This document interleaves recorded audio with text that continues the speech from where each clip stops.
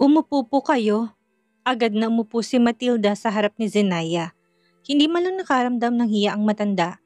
Nanatiling nakataas lamang ang noo nito at seryosong nakatingin kay Zenaya. Anong kailangan nyo? Tanong ni Zenaya. Hindi man lamang tumayo si Zenaya para salubungin si Matilda. Nanatili lamang itong nakaupo at hindi man lang tumingin sa ina. Naghintay si Zenaya ng ilang segundo. Uminom na muna siya ng gatas sa harapan at napataas ng kilay sa ina. Sabihin niyo sa akin, anong kailangan niyo sa akin sa ganito kaaga? Mag-aalas 6 pa lang ng umaga, Mrs. Antilles. Kinagat ni Matilda ang labi dahil sa sobrang inis. Mrs. Antilles, hindi ba dapat tawagin siya nitong ina? Tumikhim si Matilda bago nagsalita. Ang iyong kapatid na si Marigold ay nawawala at ilang araw na rin tong hindi namin nakokontak. Sobrang nag-aalala na kami ng iyong ama sa kanya. Tumaas ang kilay ni Zenaya dahil sa sinabi ng ina. At ano naman ang kinalaman ko sa nawawala niyong anak? Pinigilan ni Matilda ang namumuo niyang galit kay Zenaya. Hanggat maaari ay iniiwasan niyang magalit si Zenaya sa kanya. Kapag kasi nangyari yon ay baka hindi na siya nito matulungan sa paghahanap kay Marigold. Anak, kapatid mo pa rin si Marigold. Alam kong marami kang koneksyon pati na rin ang asawa mo. Pwede mo ba kaming tulungan ng ama mo? Kayo lang ang tangi naming pag-asa upang mahanap siya. Pagmamakaawa ni Matilda. Kumunot ang noo ni Zenaya dahil sa sinabi ng ina. Anak? Kailan pa siya nito tinuring na anak? Kung hindi nila nalaman na maganda palang karir niya, ay baka nga kay namumuhian siya nito ngayon. Noong hindi pa nito alam ang tungkol sa kanya ay tinuring siya nitong parang basura. Ngayon na nawawalang paborito nitong si Marigold ay walang alinlangan na tinawag siya nitong anak. Gusto niyang matawa ng sobra. Nagkakamali ata kayo ng pinuntahan, Mrs. Antilles. Hindi na ako ang panganay niyong anak. Kahit na anong sabihin mo, anak pa rin kita, Zenaya. Nanggaling ka sa aking sinapupunan at magkadugo tayo. Paano mo nasasabi yan? Wala ka bang pag-aalalang nararamdaman sa kapatid mo? Kahit na kaunti lang? Naiiyak na tanong ni Matilda sa dalaga. Ano naman ang kinalaman ko sa pagkawala ni Marigold? At tulong? Paanong tulong? Baka nakakalimutan yung itinakwil niyo na ako at nakagawa kayo ng kasalanan sa akin. Napailing si Zenaya kay Matilda. Hindi ko alam kung saan kayo kumukuha ng kapal ng mukha para pumunta pa rito at kausapin ako. Matapos sirain ni Marigold ang kasal namin ni Kit Joaquin, tutulungan ko siya? Hindi ako tanga para gawin yun, dagdag pa ni Zenaya. Nang marinig yun sa anak ay hindi na napigilan ni Matilda ang galit. Nalukot ang mukha ng matandang babae at napakuyom ng kamao. Napakawalang puso mo, Zenaya. Doon na natawa si Zenaya ng mahina. Ako? Walang puso? Hindi kaya kayo yon? Sariling pamilya ko ay walang pakialam sa akin simula pagkabata. Nagawa niyo pang itakwil ako bilang anak niyo. At anong rason? Dahil wala naman akong pakinabang sa inyo. Kailangan ko pa bang isa-isahin sa iyo ang ginawa niyong pang-aabuso sa akin? Tanong ni Zenaya kay Matilda. Umiwas naman ang tingin si Matilda. Alam niyang marami silang nagawang mali sa anak, ngunit hindi ito ang pinunta niya. Kailangan niya ng tulong nito upang mahanap si Marigold. Kaya lang naman ginawa ni Marigold sa'yo yon. Dahil sobrang naiinggit to sa'yo. Dahil tuluyan ang nalipat ang atensyon namin sa'yo. Ikaw lang naman ang dahilan kung bakit nagkaganon ang kapatid mo. Kung hindi ka sana nagmayabang kung saan ka nakapagtapos at sa karir mo, ay hindi na sana mainggit ang kapatid mo. Sobrang unfair para sa kanya yon. Isipin mo na lang na napahiya siya ng sobra-sobra. Hindi lang sa social media kundi sa buong Pilipinas. Para bang nagmistulang lobong sumabog si Zenaya nang marinig ang sinabi ng ina. Hindi pa siya makapaniwala sa sinabi ni Matilda. At siya pa talaga ang sinisisi nito kung bakit nagawa ni Marigold na sirain ang buhay niya.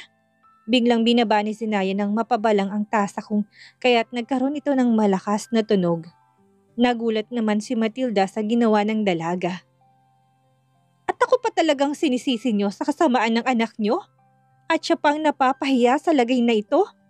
Nakalimutan niyo na bang ginawan niya ako ng kung ano-anong chismis sa social media? At pati na sa kasal ko. Kasalanan niya kung bakit pulutan siya ng chismis ngayon. Iniisip niyo na unfair kay Marigold ang lahat na nangyari. Tanungin ko kaya sa sitwasyong ito, sino ba sa amin ang kinawawa? Hindi naman nakapagsalita si Matilda. Ibubuka na sana nitong bibig para magsalita, ngunit isinara naman agad nito to. Napangiti si Marigold ng sarkastiko. Simula ng pagkabata, nariyan na kayo palagi sa piling ni Marigold. Inaalagaan siya at sinusuportahan ko ano man ang gusto niya. Samantalang ako, si Lola Puring lamang ang meron ako. Una kong punta sa mansyon niyo, sinampal mo ko ng napakalakas. Nung sinaktan ako ni Marigold ay kinampihan mo kaagad siya, kahit na hindi mo pa alam ang totoong nangyari. Ni minsan ba ay inisip niyong nararamdaman ko? Ngayon gusto niyong tulungan ko ang nagpahamak at nakagawa ng masama sa akin. Nahihibang na ba kayo?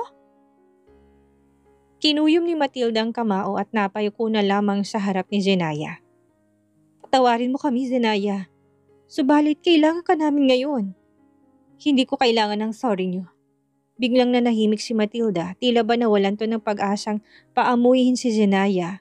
Napakatigas talaga ng puso nito. Kung tutuusin, isa lang naman ang kaaway ni Marigold at si Zenaya yon. Biglang sumagi sa isipan ni Matilda ang isang bagay. Baka naman dahil ayaw mong tulungan ng kapatid mo dahil ikaw ang may pakana kung bakit siya nawawala ngayon. Taas kilay na tanong ni Matilda kay Zenaya. Napaawang ang labi ni Zenaya at hindi makapaniwala sa sinabi ng ina. Ako? Pinaghihinalaan niyo? Bakit ko pag-aksayahan ng oras ang babaeng yun? Totoo naman, ikaw lang naman ang kaaway ni Marigold. Matapos ang gabing nawala siya, yun ay ang araw ng kasal niyo. Hindi kayo naghihiganti ka lang sa kapatid mo? Ilabas mo na siya, Zenaya, ngayon din. Wala kang karapatang dukutin siya. Tumawa ng napakalakas si Zenaya dahil sa sinabi ni Matilda. Buong mansyon ay rinig na rinig ang tawa ng dalaga. Pati si Greta na nagdidilig sa labas ay rinig na rinig ang tawa ng amo. Hindi nga kayo nag-iisip. Nakakatawa kayo. Mayroon akong iniingatang reputasyon. Sa'yo na nanggaling kanina na meron akong magandang karir at edukasyon. Bakit ko naman sisirain to dahil lamang sa isang walang kwentang tao? Nawala ngiti ni Zenaya at napalitan niyo ng seryosong ekspresyon. Hindi ko magagawang dumukot ng isang tao, Mrs. Antilles. Hindi ko dudumihan ang malinis kong kamay kung wala na kayong magandang sasabihin pa. Mas mabuti pang umalis na kayo sa pamamahay namin ng asawa ko. Hindi naman natinag si Matilda at umupo lang doon, kung kaya't agad na tinawag ni Zenaya si Mr. Taylor na nasa labas lang din ng pintuan ng mansyon. Mr. Taylor, uuwi na raw si Mrs. Antilles. Pakihatid na lamang siya sa labas at may gagawin pa ako. Hindi na nakaangal pa si Matilda nang makita kung gaano kataas at laki si Mr. Taylor. Kung magpupumilit siyang huwag umalis ay baka isang pitik lang nito ay nasa labas na siya ng mansyon. Sino pala yung bisita mong nakasalubong ko kanina? Mukhang bad trip yun at nang makita ako, bigla tong nagulat. Binigyan pa nga niya ako ng card. Eto oh, hindi ko naman binasa agad. Saad ni Dahlia at umupo sa tabi ni Zenaya. Hindi mo alam? Nanay yun ni Zenaya. Nakakatakot ang aura niya, hindi ba? Unang kita ko pa lang sa kanya, hindi ko na rin gusto ang ugali niya. Alam mo ba, Zenaya, sinabihan niya ako na hampas lupa nung pumunta sila sa Bicol. Sumbong naman ni Rose kung kaya't napakunot ang noon ni Zenaya. Bakit hindi mo sinabi sa akin yun noon? Tanong ni Zenaya sa kaibigan. Napaupo na rin si Rose sa tabi ni Zenaya habang kumakain ng popcorn. Girlfriends bonding kasi nila ngayon dahil kinabukasan uuwi na si Dahlia sa US. Para na ring padispedida nila sa babae ang ginagawa nila ngayon. Bakit ko naman sasabihin sa'yo gustong-gusto mo nga sumama sa magulang mo upang bigyan sila ng pagkakataon na makasama ka ulit. Ayaw ko namang mas sumama ang tingin mo sa kanila. At gusto kong kahit na papano'y makasama mo sila. Akala ko magiging mabuti sila sa'yo. Hindi pala. Sorry Zena, kung sana sinabi ko ng magay baka hindi na nangyari ang pang-aabuso nila sa'yo. Tangeks. Hindi mo naman kasalanan yun. Basta kapag may ginawang masama ulit ang mga magulang ko, ay magsumbong ka sa akin, okay? Hindi papayag na hamak-hamakin kayo ng ibang tao. Seryosong sambit ni Zenaya sa dalawang kaibigan. Ganon din kami sa'yo, Zenaya. Anyway, kamusta palang honeymoon yun ni Joaquin? Spicy ba? Panunokso ni Dahlia kung kaya't napangiwi si Zenaya. Well, okay naman. Alam niyo naman, hindi ba? Nailang nasagot ni Zenaya kaya napatungo ang dalawa niyang kaibigan. Naiintindihan ng mga ito ang ibig sabihin ni Zenaya. Bago pa man sila ikasal ni Joaquin ay nakwento na ni Zenaya ang lagay ni Joaquin sa kaibigan. Sinabi niya may pag-asang makalakad ang asawa niya at unti-unti nang gumagaling. Nahalata naman ng dalawa ang pagkailang ni Zenaya kung kaya't tumawang mga to ng mahina at hindi na nagtanong pa. Sige na, hindi ka na namin tutuksoin. Samantalang nagising naman si Joaquin sa pagkakatulog. Rinig na rinig niya kasi ang tawanan sa baba. Nang makababa siya sa hagdan ay kagad niya nakita si Greta na may daladalang isang tray ng prutas para sa bisita ng asawa. Saan yan? Tanong ni Joaquin kay Greta kung kaya't napatigil sa paglalakad ang dalaga. Kina Ate Zenaya po, nandun po kasi ang kaibigan niyang si Miss Dahlia at si Miss Rose. Bukas kasi uwi na si Miss Dahlia sa US kung kaya't nagbanding-banding sila ngayon. Mahabang paliwanag ni Greta. Ang dalagang babae ay may pagkatabil din minsan ngunit mabait to. Isa si Greta sa anak na isa nilang kasambahay sa mansyon. Nakiusap ang kasambahay nila na bigyan ito ng trabaho habang nag-aaral sa kolehiyo. Isa rin siya mga scholar ng mommy niya si Greta. Ganun ba? Okay na. Ako na magdadala niyan sa kanila. Gusto niya rin kasing batiin ang dalawang kaibigan ng asawa niya. Si Dahlia ay kilala niya na noon pa. Nakikita niya rin ito sa mga business party noon. Samantalang si Rose naman ay ngayon niya lang nakita. Sige po, Kuya Kit. Ingat nang ibinigay ni Greta ang isang tray ng prutas sa kanya. Nilatag naman niya yon sa hita niya at nagsimulang paandarin ang wheelchair niya. Rinig na rinig pa rin niya ang hagikikan sa sala. By the way, Zenaya, may tatanong lang pala ako. Bago ako bumalik sa US, naalala ko kasi ang first love na kinikwento mo noon sa akin. Nakalimutan mo na ba siya? Grabe, naalala kong sabi mo sa akin noon ay nahulog ka ng bonggang-bongga sa kanya. At siya lang ang unang lalaki nagpatibok ng puso mo. Sabi mo pa ay napakabait at sweet nito, if you don't mind. Bakit pala kayo nag-break noon? Pinahinto ni Joaquin ang wheelchair niya nang marinig ang sinabi ni Dahlia. Kumunot ang noo niya at nagtago sa gilid. Ayaw niya sanang marinig pa ang kwentuhan ng magkakaibigan dahil sobrang natatakot siya sa kung ano man ang sasabihin ng asawa. Ngunit hindi niya mapigilan ang kuryosidad. Gusto niyang marinig sa bibig ng asawa na kinalimutan na nitong lalaking yon dahil siya nang mahal nito at wala ng iba. Ilang segundong natahimik ang tao sa sala. Para bang inaabangan nilang sasabihin ni Zenaya. Kita niyang pagningning ng mata ni Zenaya sa napangiti. I haven't forgotten him. At mahal na mahal ko pa rin siya. Shit, bulong ni Joaquin at napailing. Hindi niya alam kung anong gagawin para bang sinusuntok ng malakas ang kanyang puso. Nanginginig na rin ang kanyang mga kamay saka naluluhang napatingin sa masayang mukha ni Zenaya. Napayuko na lamang si Joaquin, tumalikod at pinaandar ang kanyang wheelchair palayo. What? Paano naman ang asawa mo? Kunot noong tanong ni Dahlia sa kaibigan. Huwag kang mag-alala, hindi naman two-timer ang kaibigan natin. Natatawang saad ni Rose kay Dahlia saka tinapik-tapik ang balikat ng dalaga. Alam kasi ni Rose ang tungkol kay Zenaya at Joaquin. Naikwento na ito ni Zenaya sa kanya noon. To tell you the truth, si Kit Joaquin ang first love ko. Nakaka-amaze, hindi ba? Ang masaklap lang, hindi niya ako maalala gawa ng naaksidente siya noon. Hanggang ngayon, hindi ko pa rin sinasabi sa kanyang totoo. What? Seryoso ka? Si Kit Joaquin na asawa mo na ngayon? Yung first love mo? Hindi naman makapaniwala si Dahlia sa sinabi ni Zenaya at napatakip pa talaga ito ng bibig. Bakit hindi mo naman sinabi sa asawa mong totoo? Bulong ni Dahlia. Yan nga rin ang tanong ko kay Zenaya. Bakit ayaw niya sabihin kay Kit na itong first love niya? At ang malupit, sinabi pa ng kaibigan natin na may first love siya sa asawa niya. Hindi mo ba alam na baka magselos yun? Tanong ni Rose sa kaibigan. Nang marinig yon sa kaibigan ay napatango-tango naman si Dahlia bilang pagsang-ayon. Bakit nga ba, Zenaya? Napailing si Zenaya at nagpaliwanag sa dalawang dalaga. Kung sasabihin ko sa kanya, baka makaapekto pa to sa kalagayan niya. I am planning to tell him the truth kapag okay na siya. Natatakot kasi ako na baka hindi niya kayanin ang sasabihin ko sa kanya. Huminga ng malalim si Zenaya. Isa pa, makakapaghintay naman ako. Ang importante sa ngayon ay kasal na kaming dalawa. Kami pa rin ang meant to be para sa isa't isa. Alam ko namang maalala ko ng paunti-unti ni Joaquin. Little step, kumbaga. Napatango naman ang dalawa niyang kaibigan. Na-realize siguro ng dalawa na tama naman ang pinupunto niya. Kasal naman sila kaya wala nang alalahanin pa.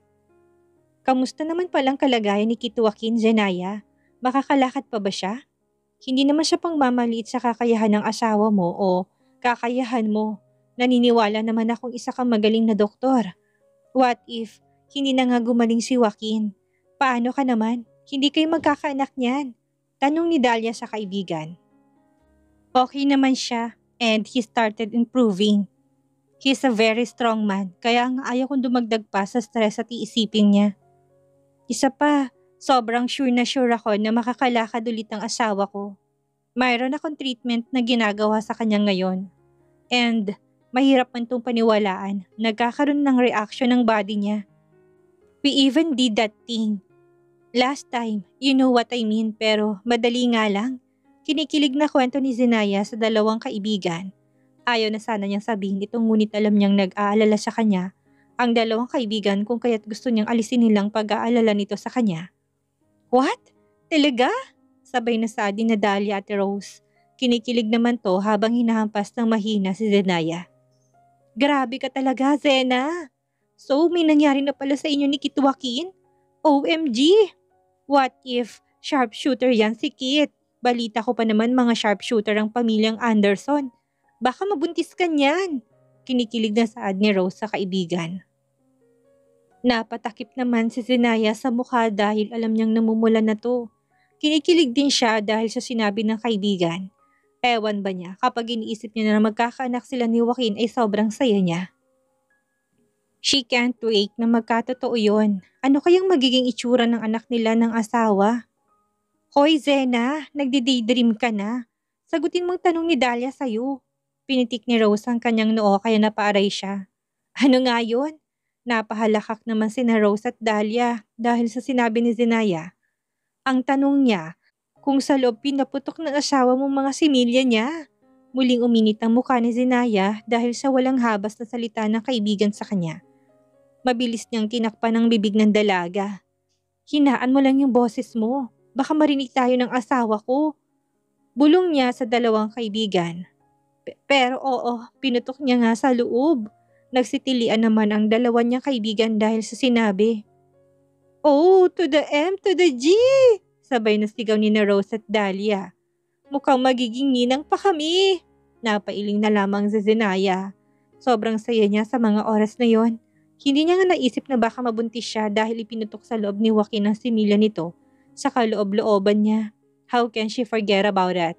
Ilang oras silang nagtawanan at nagkwentuhan. Sinulit nga talaga nilang araw na yon hanggang sa nagpaalam na sina Rose at Dahlia. Nagstay pa rin naman si Dahlia at Rose sa kanyang villa, ngunit siya'y nandito na sa bahay nila ng asawa. Bukas ka na ba talaga aalis, Dahlia? Malungkot na tanong ni Rose sa kaibigan at para bang naluluha na. Tumango naman si Dahlia at ngumiti. Yes. Kailangan ko na ring bumalik dahil marami ako naiwang trabaho sa US. Pumunta lang naman ako dito upang makadalo sa pinakamasayang araw ng kaibigan nating si Zenaya. I am so happy din and grateful na nakilala kita. Masayang sagot ni Dahlia sa bagong kaibigan na si Rose. Ako rin naman, sobrang saya ko dahil nakilala kong isang katulad mo. Pasalamat tayo kay Zenaya dahil ipinakilala niya tayo sa isa't isa. Salamat nga pala sa binigay mong mga branded na items. Nagyakapan naman ang dalawa kung kaya't napataas ng kilay si Zenaya. Parang na out of place na tuloy siyang sa dalawa. Hello, may isa pa kayong kaibigan di ba? Hindi ko kayo papatulugin sa villa ko mamaya eh. Taas kili na sa ni Zenaya kung kaya't tumawang dalawa. Sa katunayan, tinutukso lang nila si Zenaya.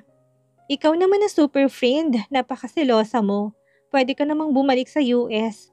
What if isama ko na lang kayo? Iwanan mo na yung asawa mo. Biro ni Dahlia sa kaibigang si Zenaya. Umirap si Zenaya saka napakross arms.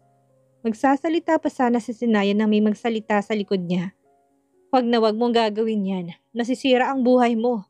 Nagulat naman ang magkakaibigan sa sinabi ni Kit Joaquin. Seryosong nakatingin si Joaquin sa kanila at madilim ang mga mata. Bigla tuloy natakot si Dahlia at Rose. Samantala, napailing naman si Zenaya at nilapitan ng asawa. Sige na nga, hindi na. Baka mapatay ng asawa mo.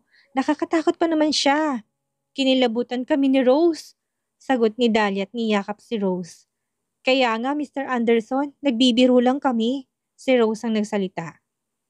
Kidding aside, ingatan mo palaging kaibigan namin, Kit Joaquin Anderson, kung hindi baka ako magsisira ng buhay mo. Huwag mo siyang sasaktan at lolokohin, okay? Mahal na mahal namin yan. Paalala ni Dahlia kay Joaquin at napatango-tango naman si Rose bilang pagsang-ayon. Huwag mo ring hahayaan na masaktan ulit si Zenaya ng pamilya niya. Hanggat maaari palayuin mo to sa kanya. Kapag inaway ulit siya ni Marigold, sabihan mo kami ni Dahlia. Dahil makakatikim sila nitong malakas kong suntok. Paalala rin ni Dahlia at marahang pinagsusuntok ang kanyang palad na para bang handa itong makipagsuntukan at rambolan. Lumambot naman ang puso ni Zenaya dahil sa sinabi ng dalawa. Ang dalawa lamang ang tanging matalik niyang kaibigan at ang pinapahalagahan niya. Tinuring niya rin itong pamilya. Huwag kayong mag-alala kahit hindi niyo na ito sabihin. Gagawin ko rin naman ang lahat ng yan. Mahal kong asawa ko at handa kong ibigay ang lahat para sa kanya. Ngumisi si Dahlia at Rose at napatingin kay Zenaya. Para bang tinutokso nilang dalaga. Sige na, aalis na kami ni Rose. Kita na lang tayo bukas sa airport. Ihatid ko na kayo, sabi ni Zenaya ngunit umiling lang ang dalawa. Huwag na, mag-loving-loving na lang muna kayo ng asawa mo.